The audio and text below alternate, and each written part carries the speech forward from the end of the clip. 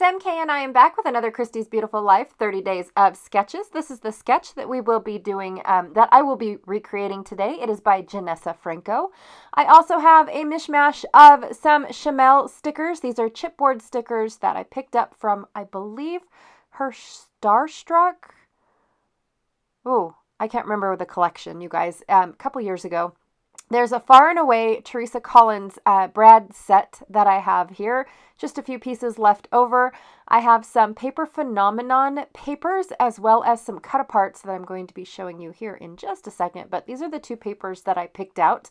I love this lime green. It's got the lime green in the leaves as well. And then it is like a black with a teal polka dot on the back. And then this one is a distressed lime green and then tone-on-tone polka dots. So I will be playing with those papers. I also have the cut-apart sheet, like I said before, that I will be picking and choosing a couple pieces from here. I don't make you watch me cut them out, but I just wanted to show you where they came from. Then from Minte, I have this beautiful wood grain, and it is from Next Trip. And the wood grain is actually Minte's cut-apart sheet, but I just plan on using the wood grain. I don't know why they do that to me, you guys. Oh, it's such a beautiful wood grain. I also am showing you this bridge that I was going to use on this layout, and then I set it off to the side, completely forget about it, and it doesn't make it on the layout. And I have 3 photos instead of just 2. Actually, she uses 4 little square photos, and all because I print in 4x6, I ended up just only doing 3, and where she had her journaling is where I'm going to put my 3rd photo.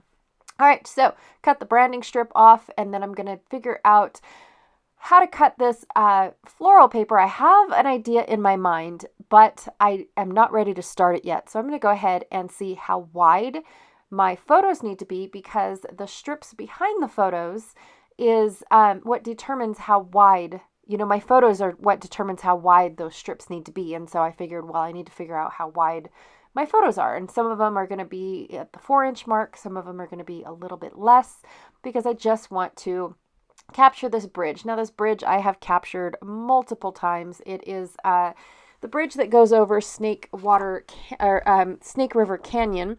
And it was actually built, I want to say 2 or 3 years after Evel Knievel did his jump. So there was a previous bridge, and then of course, as time goes on, things develop and get better, and so they actually constructed a better bridge. If you visit this bridge, there is the original 1976 bridge. There's just a photo of it, of where it used to stand before the newer bridge, which is this particular one here, came into play. And so it's kind of cool to see the upgrades and the architectural design of what we had and what we have type of deal. So I will be talking more about the bridge and the canyon and all of that stuff in future videos coming on. Right now I have figured out how wide my strips need to be.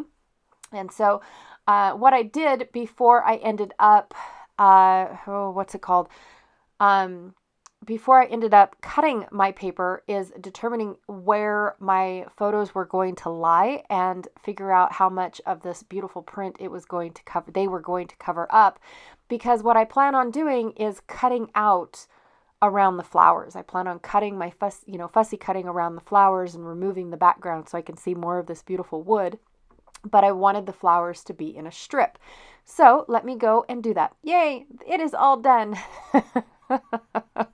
I didn't leave it in, you guys, because it was long and boring to watch. It was actually boring to do as well.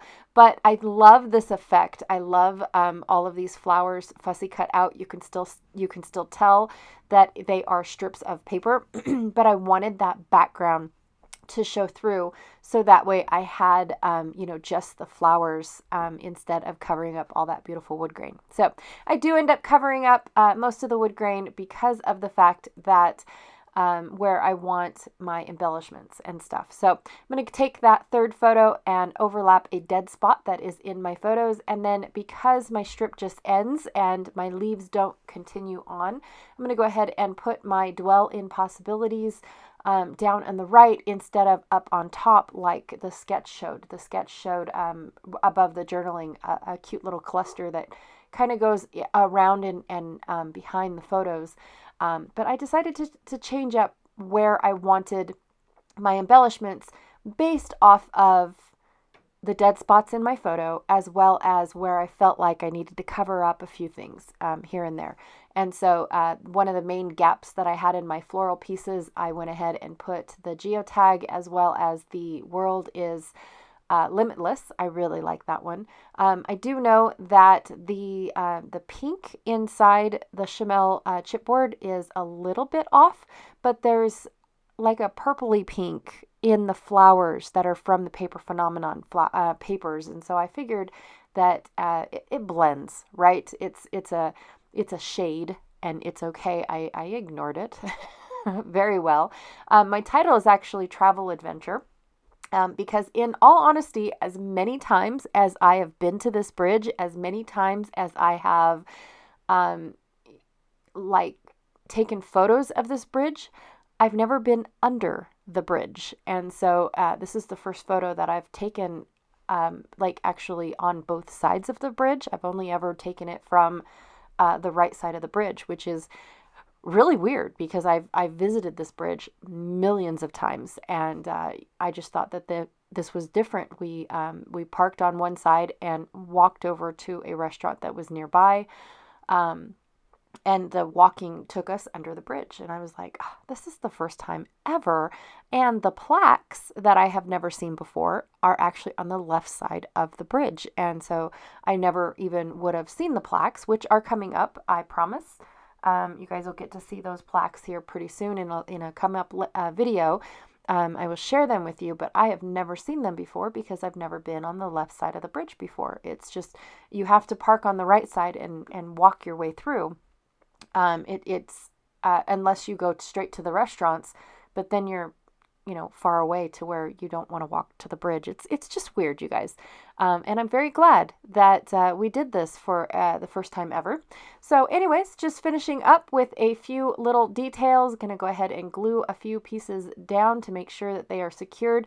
I don't want them to get caught on anything when they do end up going into a page protector. And I am going to add a little glue dot on my foam because the glue wasn't adhering to the brad prongs on my geotag. And that is what I have for you guys today.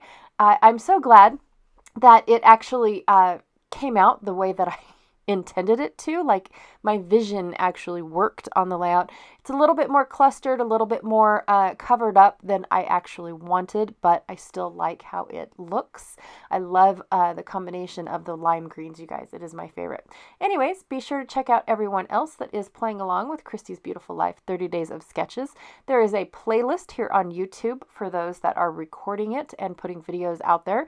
There is also a Facebook group for those that are playing along.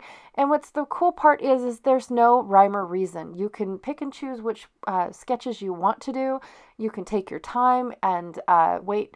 You don't have to do them all in 30 days. By all means, she just gives you 30 days of sketches, like 30 sketches is what it is. Don't think of it in days, but it's 30 sketches. And every 3 months, it's a new 30 sketches, and I absolutely love it. All right, you guys, thank you so much for hanging out with me today. I really, truly appreciate it, and I'll check y'all later. Bye.